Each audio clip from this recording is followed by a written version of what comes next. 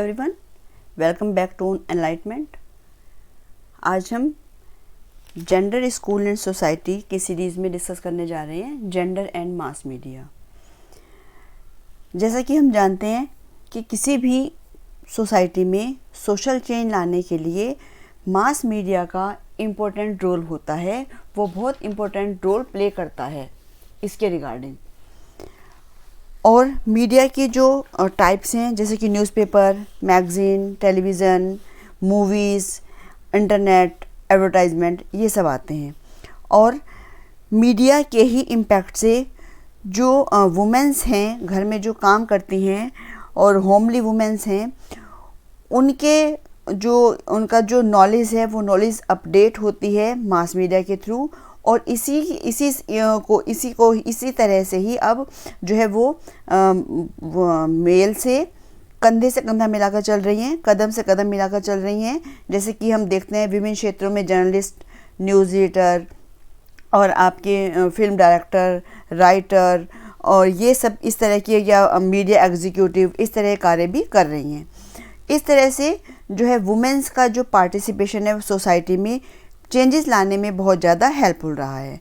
लेकिन हम दूसरी तरफ देखते हैं कि दूसरी तरफ जो महिलाओं की स्टीरियोटाइप वाली जो इमेज है उसमें जैसे कि माँ, वाइफ, डॉटर, इसके रोल में नज़र आती हैं। उसको मजबूती प्रदान करने का भी कार्य कौन करता है? मीडिया करता है, स्टीरियोटाइप इनकी छवि को दिखाने का। तो इसी में ही आज मैं डॉक्टर अनीता डिस्कस करूंगी जेंडर एंड मास मीडिया कि इसमें कि मास मीडिया में वुमेंस की जो है उसकी छवि को कैसे दिखाया जाता है, पॉजिटिवली दिखाया जाता है, नेगेटिवली दिखाया जाता है, कि और फिल्म और जो सिनेमाज़ हैं उसमें क्या रोल है वुमेंस का, और जो टेलीविज़न पर इनका जो प्रेजेंटेशन है वो किस तरह से किया जाता है, एडवर्टाइजमेंट में किस तरह से इनका प्रेजेंटेशन है, portrayal of womens in newspaper and magazine, internet, इस सभी पर हम डिस्कस करेंगे। तो जैसे कि womens as depicted by the mass media, according to Zoe Brandt, media can play both positive and negative roles in the presentation of women's condition and image. The media is a powerful tool of education and socialization, while on the one hand, and media has raised the women issues very prominently. It has no other also presented a negative image of women due to which violence against women has increased. अब जो media है, ये media इसकी positive और negative दोनों तरह की ही भूमिका अदा करता है। जो मीडिया एजुकेशन और सोशलाइजेशन के लिए एक जो है बहुत पावरफुल टूल है, चेंजेस लाने के लिए भी, और साथ में जो वुमेंस के इश्यूज़ हैं इन इश्यूज़ को भी प्रमुखता से उठाया जाता है। कहीं दूसरी ओर इसे एक जो है नेगेटिव इसका जो छवि वही प्रस्तुत की जाती है, जैसे कि वुमेंस के प्रति बढ़ती हुई हिंसा। जैसे कि आजकल जो ये केस, हाथरस वाला जो केस आया हुआ है, ये मीडिया के थ्रू ही इतना लाइमलाइट में आया। यदि मीडिया नहीं होती तो शायद इतना लाइमलाइट में ये केस नहीं आ पाता। और जिसमें कि जो पोर्नोग्राफी और वुमेंस का जो वुमेंस को इसके रूप में देखते हैं, और वाइडली यदि हम देखें तो इससे क्लियर होता है कि जो वुमेंस के प्रति मीडिया का जो व्यवहार है वो कहीं ना कहीं संकीर्ण भी रहा है, और उसके प्रेजेंटेशन का कुछ तरीका ऐसे है जिसमें कि उसको स्टीरियोटाइप जेंडर भूमिकाओं की पुष्टि होती दिख रही है। मतलब वो वुमेंस को as a stereotype gender show करता है। जैसे कि यदि हम कोई उसकी बात करते हैं कि किसी एडवर्टाइज़ की बात करते हैं, उस एडवर्टाइज में दिखाया जाता है कि जो वुमेन हैं वो ऑफिस में काम कर रही हैं, वो काम करते करते हुए भी उन्हें घर में क्या बनाना है, क्या काम करना है, उसकी वो चिंता करती हुई दिखाई देती हैं। तो आज हम डिस्कस करेंगे इस सीरीज़ में ही कि इस जो वुमेन्स हैं अब इनका सिनेमा या फिल्म्स में किस तरह का, क्या इनका रोल किस तरह से दिखाया जाता है, क्या वो पॉजिटिवली दिखाया जाता है, नेगेटिव दिखाया जाता है, या फिर स्टीरियोटाइप जेंडर। क्योंकि जो ये सिनेमा, मूवीज़ या फिर हम सीरियल की बात करते हैं जो इस पर दूरदर्शन पर आते हैं, या टीवी सीरियल्स जो आते हैं इन पर, तो ये जो है एक तरह से हमारी सोसाइटी में एक व्यूज़ पैदा करता है, एक विचार पैदा करता है और वो विचार कहीं ना कहीं स्थायी विचार बन जाता है। तो अब देखते हैं कि वुमेन्स इन सिनेमास फिल्म, जो हमारी कल्चर है, कल्चर के थ्रू, चाहे वो थिएटर है या आर्ट है, आर्किटेक्चर्स हैं, जो सोसाइटी के मोरल और जो एक्सेप्टेबल जो हमारी व्यू है उसको प्रेजेंट करते हैं। इस तरह से मीडिया जहाँ एक तरफ सोशल वैल्यूज़ को प्रभावित करता है, वहीं दूसरी तरफ जो सोशल वैल्यूज़ को चुनौती देने वाली और नई छवि को गढ़ने का काम भी करता है। इस तरह से ये टू वे प्रोसेस है, वन वे प्रोसेस नहीं है, टू वे प्रोसेस है, जिसमें सोसाइटी और जो इंडिविजुअल है वो व्यक्ति दोनों को ही प्रभावित करता है। जो मतलब मीडिया है वो सोसाइटी को भी प्रभावित कर रहा है और एक पर्टिकुलर एक पर्सन या व्यक्ति को भी प्रभावित कर रहा है। जो ऑडियंस हैं उन पर मूवी का बहुत ज़्यादा गहरा प्रभाव पड़ता है। और in films womens are being presented in stereotype roles, और जो वुमेन्स हैं वो फिल्म में भी स्टीरियोटाइप्स रोल में दिखाई देती हैं, और in which they are presented as ideal, उनको बिल्कुल आइडियल दिखाया जाता है, बिल्कुल प्योर आत्मा दिखाया जाता है और सब कुछ सहन करने वाली और सेल्फलेस, वो सेल्फिश नहीं होती हैं, दूसरों के लिए त्याग की मूर्ति होती हैं। और उनकी जो है कंपेयर उनको देवी से किया जाता है, गॉडेस से किया जाता है। They are shown as they can renounce everything for others, वो दूसरों के लिए कुछ भी न्यौछावर करने के लिए तैयार रहती हैं। ये सब हमारी मूवीज़ में दिखाया जाता है, जो कि हमारी सोसाइटी देखती है और उस सोसाइटी पर वैसा ही इम्पैक्ट आता है।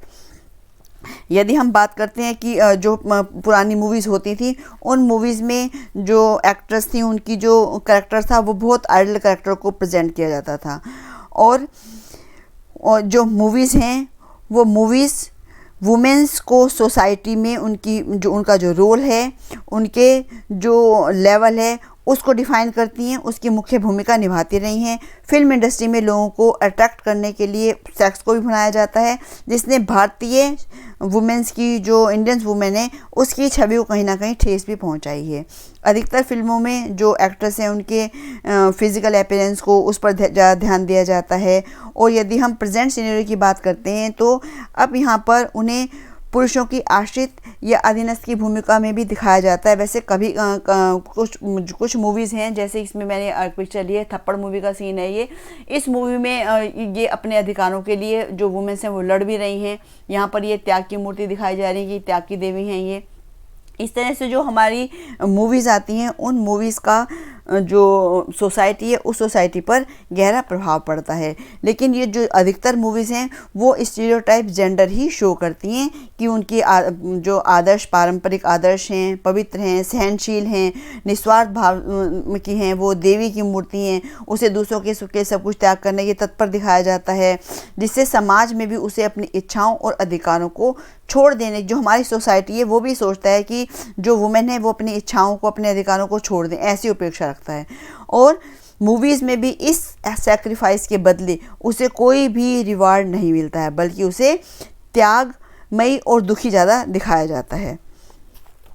तो ये तो हो गई मूवीज़ की बात कि मूवीज़ में किस तरह दिखाया जाता है। अब देखते हैं portrayal of women in television, महिलाओं का टेलीविज़न में प्रस्तुतिकरण किस तरह से होता है। अब जब टेलीविज़न पर जो टीवी पर जो दिखाए जाने वाले सीरियल होते हैं वो जो है वुमेन बेस्ड ही होते हैं, पर वे जो हैं, जो हमारी जो सोशल जो इविल्स चलती आ रही हैं उसके अकॉर्डिंग दिखाए जाते हैं, या फिर जो वो होमली वाइफ हैं वो, या जो जॉइंट फैमिली में रहते हैं, सास बहू के झगड़े उसको वो दिखाए जाते हैं, वो उसको आपस में वो जो महिलाएं उनको सुलझाती हुई नज़र आती हैं। एकता कपूर के जितने भी सीरियल्स हैं वो आपको सारे इसी तरह से ही मिलेंगे कि जो सास बहू के झगड़े हैं वो आपस में निपटाए जा रहे हैं, और इन्हीं सीरियल में उन्हें बिल्कुल वो दिखाया जाता है कि जो वुमेन्स हैं वो सैक्रिफाइस हैं, उनके अंदर बहुत पेशेंस है और वो अपनी फैमिली के लिए, सोसाइटी के लिए, अपने वैल्यूज़ को सेव करने के लिए किसी भी हद तक जा सकती हैं। लेकिन हाँ, कुछ ऐसे भी होते हैं कि जो वैम्प दिखाई जाती हैं, उनमें उनके जीवन का जो ऑब्जेक्टिव होता है वो परिवार को बर्बाद करना होता है। उनके साथ परिवार कभी भी जो है साथ परिवार के नहीं खड़ी होती हैं। इस तरह से as against film womens are not depicted as sex object and on television, rather they are assign importance role the following characteristics are can be observe. अब यहाँ पर हम जो टीवी पर जो दिखाया जाता है उनमें ये कैरेक्टरिस्टिक्स को हम ऑब्जर्व किया जाता है, कर सकते हैं। होमली वुमेन होती हैं वो, women working women work only because of some trouble. और जो वुमेन्स काम कर रही हैं वो भी कोई से ट्रबल में आने के कारण काम करती हुई दिखाई देती हैं, और जो कि वो अक्सर क्या है वो काम से खुश भी नहीं होती हैं। For women marriage is portrait like a natural and essential situation. और जो वुमेन्स हैं वो मैरिज को एक जो नेचुरल और बिल्कुल कंपलसरी कंडीशन देखा जाता है।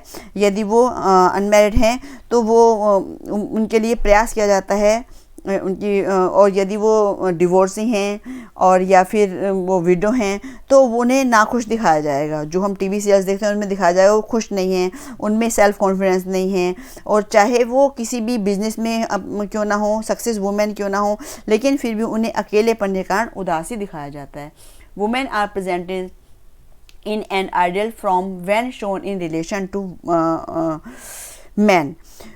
पुरुषों के साथ संबंध में महिलाएं जो है आदर्श रूप में प्रस्तुत की जाती हैं, और जो पुरुषों पर निर्भर होती हैं उनके सहयोग हो और स्वतंत्र विचारों को उन्हें वांछनीय नहीं माना जाता है। मतलब वो जो वुमेन्स जो हैं मेंस पर डिपेंड हैं, उनको हेल्प चाहिए होती है, और उनके अपने आइडियाज़ नहीं होते हैं। वो दूसरों के यदि कुछ काम भी करना है तो उनसे पूछ के ही काम करेंगी।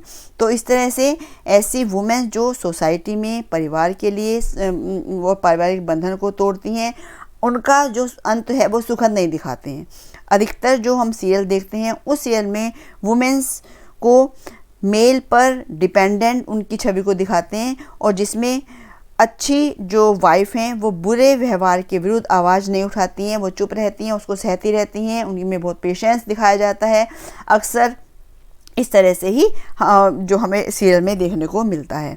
तो अधिकतर सीरियल में महिलाएं घर तक सीमित बच्चों की देखभाल करती हैं, बच्चों की अपब्रिंगिंग करती हैं, और कुछ जो हैं उनके जो हस्बैंड हैं उनका हाथ भी बटाते हुए सहयोग करते हुए दिखाई देते हैं। इसलिए सामान्यतः इस धारणा की पुष्टि होती है कि महिलाएं चाहे घरेलू हों, कामकाजी हैं, घरेलू जिम्मेदारियां हैं, उन्हीं को ही निभानी होंगी। जो भी घरेलू जिम्मेदारी हैं वो वुमेन को ही निभानी होंगी, उसमें मैन का कोई भी पार्टिसिपेशन नहीं होगा। यदि वो कुछ काम करते हैं तो अपनी विलिंगनेस से कर लेते हैं। जो मतलब रिस्पॉन्सिबिलिटी है वो रिस्पॉन्सिबिलिटी पूरी वुमेन की होती है। यह सब सीरियल जनमानस के व्यवहार और जो उनका एटीट्यूड है उस पर प्रभाव डालता है, और जेंडर आधारित भूमिकाओं को भी ये पुष्ट करता है। अब देखते हैं कि हम एडवर्टाइजमेंट में किस तरह से इनकी क्या भूमिका दिखाई जाती है। तो जो एडवर्टाइजमेंट हैं, जो अभी हमने फिल्म की बात की, टीवी की बात की, उसके बाद सबसे ज़्यादा जो प्रभाव डालते हैं वो डालते हैं हमारे एडवर्टाइजमेंट, जहाँ पर कि वुमेन्स को काफ़ी जो है प्रचार प्रसार मिलता है। अधिकतर जो हमारे एडवर्टाइजमेंट होते हैं वो चाइल्ड सेंटर होते हैं या वुमेन सेंटर होते हैं, जो कि एक उपभोक्ता वर्ग है, मतलब जो कि सामान खरीदते हैं। सभी प्रकार के उत्पाद, चाहे वो पुरुषों द्वारा इस्तेमाल किए जाते हैं, चाहे वो वुमेन्स द्वारा, चाहे वो गर्ल्स द्वारा, चाहे वो बॉयज़ द्वारा या किड्स के द्वारा, किसी भी तरह की वस्तुएं हैं, और चाहे वो ऑटो के ही जो एडवर्टाइजमेंट क्यों ना हो, उसमें मॉडल्स जो है वुमेन्स को ही लिया जाता है। कई तरह के जो जेंडर डिस्क्रिमिनेशंस जो हैं, ये आपके जो एडवर्टाइजमेंट हैं जितने भी, जैसे फेयरनेस क्रीम का है, यहाँ पे डव का एडवर्टाइजमेंट दिखाया है आपको, यहाँ पर इसका परफ्यूम का एडवर्टाइजमेंट दिखाया है। तो इसमें जो है, और एक ऐसा भी ऐड आता है कि वो जो मैन है वो परफ्यूम लगाता है और वुमेन उसकी तरफ खींची चली आती है। तो इस तरह से एडवर्टाइजमेंट बनाए जाते हैं जिसमें कि महिलाओं को इस तरह से दिखाया जाता है। तो ऐसे विज्ञापन होते हैं जिसमें वो चिंतित माँ होती हैं, उन्हें बताया जाता है कि कैसे अपने बच्चों को देखभाल करें, या फिर आकर्षक या युवा लड़कियां इस तरह से दिखाया जाता है, उसमें बताया जाता है। इसमें लड़कियों को लड़कियां जो हैं ऐसे मतलब मेल को रिझाने के लिए प्रयास करती हैं, और विशेष इसमें जो है इसके पीछे जो आकर्षक जो अट्रैक्टिव जो गर्ल्स हैं उनको दिखाकर जो मेंस हैं उनको अपनी तरफ अट्रैक्ट करने का प्रयास करती हैं। और इस तरह से जो चाहे बेचे जा रहे जो प्रोडक्ट का किसी महिला से संबंध हो या नहीं हो, लेकिन वो इसी तरह से ही दिखाया जाता है, जिससे समाज में उसकी छवि या भूमिका का स्तर, कहेंगे कि वो भूमिका का स्तर जो है छिन्न भिन्न हो रहा है। At present, the issue and news concerning women are prominently published, but it was not so on in the beginning. ये पहले ऐसा नहीं था. The front page seldom carried a heinous crime, rape, murder or dowry death. Some newspapers published the women edition or page. ये page which comprise articles on their beauty, recipes and fashion, and there is little arrest of serious about women in them. A subtle change is coming about these days, in which women are shown as career women, self-supporting individual, while men are also showing taking part in domestic duties and carrying out children responsibility. ये जो है हमारा newspaper और magazine का है कि समाचार और पत्रों में, मैगज़ीन में महिलाओं का प्रस्तुतिकरण किस तरह से होता है। जो प्रेजेंट सिनेरियो में जो भी आपके पब्लिश होते हैं, न्यूज़पेपर पब्लिश होते हैं, मैगज़ीन पब्लिश होती हैं, और उनमें जो है ये मर्डर या डावरी, इसको फ्रंट पेज पर जगह पहले नहीं मिल पाती थी, लेकिन अब सिनेरियो चेंज हो रहा है। अब जो है इसमें न्यूज़पेपर में या मैगज़ीन की हम बात करते हैं, उसमें महिलाओं को सेल्फ सपोर्टिंग दिखाया जा रहा है, या उनको जो है बिजनेस वुमेन दिखाया जा रहा है, कैरियर वुमेन दिखाया जा रहा है। और ये भी देख रहे हैं कि जो पुरुष भी जो हैं घरेलू जिम्मेदारियों में अपना पार्टिसिपेशन कर रहे हैं, बच्चों की रिस्पॉन्सिबिलिटी को उठा रहे हैं, तो ये सिनेरियो कुछ चेंज हो रहा है। इसके बाद देख लेते हैं portrayal of women on internet. अब इंटरनेट की बात देखते हैं। The internet is being used in the modern time to share day to day information and expand knowledge. Of course it is also contributing to present a negative image of women as in pornography etc. Some people use internet as a tool for trafficking women. Some people blackmail women after having obtained information about them from the net. आजकल जो है internet का use बढ़ता ही जा रहा है। क्यों बढ़ रहा है? क्योंकि इससे क्या होता है, इन्फॉर्मेशन शेयर होती हैं, एक दूसरे के पास इन्फॉर्मेशन जाती हैं। हालांकि इसका नेगेटिव यूज़ जो है वुमेंस की जो पोर्नोग्राफी के द्वारा उनको हानि पहुंचाई जा रही है, और बहुत से लोग जो हैं वुमेंस ट्रैफिकिंग जैसे भी जो है इस तरह के ट्रैफिकिंग वाला भी काम करते हैं, मतलब। और दूसरा कि यदि कोई इन्फॉर्मेशन उनके पास होती है तो उसके लिए वो ब्लैकमेलिंग भी करते हैं। सोशल मीडिया से कई तरह के जो है अपराध अंजाम भी दिए जा रहे हैं। कई ऑनलाइन सर्विस जो है बिना उपभोक्ता की जानकारी के लिए उनकी निजी सूचनाएं जैसे ईमेल, फ़ोन नंबर, घर का एड्रेस, ये सारी सूचनाएं जो हैं पब्लिक हो जाती हैं, जिससे कि जो पुरुष और हालांकि इससे जो मेल और फीमेल दोनों ही, स्त्री और पुरुष दोनों ही प्रभावित होते हैं, परंतु वुमेन्स पर इसका ज़्यादा प्रभाव पड़ता है। अब देखते हैं इम्पैक्ट क्या रहा है मास मीडिया का on women. The mass media is an important part of socialisation process and it is used to present in a stereotype image. Moreover, emphasis is laid to her sexual image which hurt her personality. अब मास media का जो है ये सामाजिकरण की प्रक्रिया का महत्वपूर्ण भाग है। इसमें महिलाओं के स्टीरियोटाइप जो इमेज है उसको प्रेजेंट किया जाता है। साथ ही महिलाओं को केवल जो है उनके सेक्सुअल इमेज उनकी शो की जाती है, जिससे कि उनकी पर्सनैलिटी को हार्म होता है या हार्ट होती हैं वो। और इसके साथ साथ जो समाज में सहभागी के रूप में जो इकोनॉमिक कंट्रीब्यूशन है उसका, उस कंट्रीब्यूशन को नज़रअंदाज किया जाता है, बिल्कुल भी उसको नहीं देखा जाता है। It appears that she has no economic role in society. और ऐसा शो करते हैं कि उसका सोसाइटी में कोई भी इकोनॉमिक रोल नहीं है। हालांकि ऐसा नहीं है। हमारे देश में जो वर्क फोर्स है उसका 20% वुमेंस हैं, वुमेंस लगी हुई हैं। इसमें घरेलू जो महिलाओं को अवैतनिक श्रम, डेयरी उद्योग और जो रूरल एरियाज़ की वुमेंस हैं वो फार्मिंग में हेल्प कराती हैं अपने पेरेंट्स की या फिर अपने जो उनके घर के मेंबर्स हैं उनकी, अब कि इसको शामिल नहीं किया जाता है, शामिल नहीं किया गया है जो 20% है। इस प्रकार से मीडिया वुमेन्स उपभोक्ता और आश्रित चित्र ही केवल पेशे जो है प्रेजेंट करता है। The media often works according to male viewers, जो मीडिया है मुख्यतः जो पुरुष की जो उनके अकॉर्डिंग उनकी ज़रूरतों के अनुसार ही कार्य करता है। अतः सामान्य जो हमारे इश्यूज़ हैं उन पर महिलाओं के विचारों को जो है उनका रिप्रेजेंटेशन नहीं होता है, मतलब उनसे कुछ नहीं पूछा जाता है।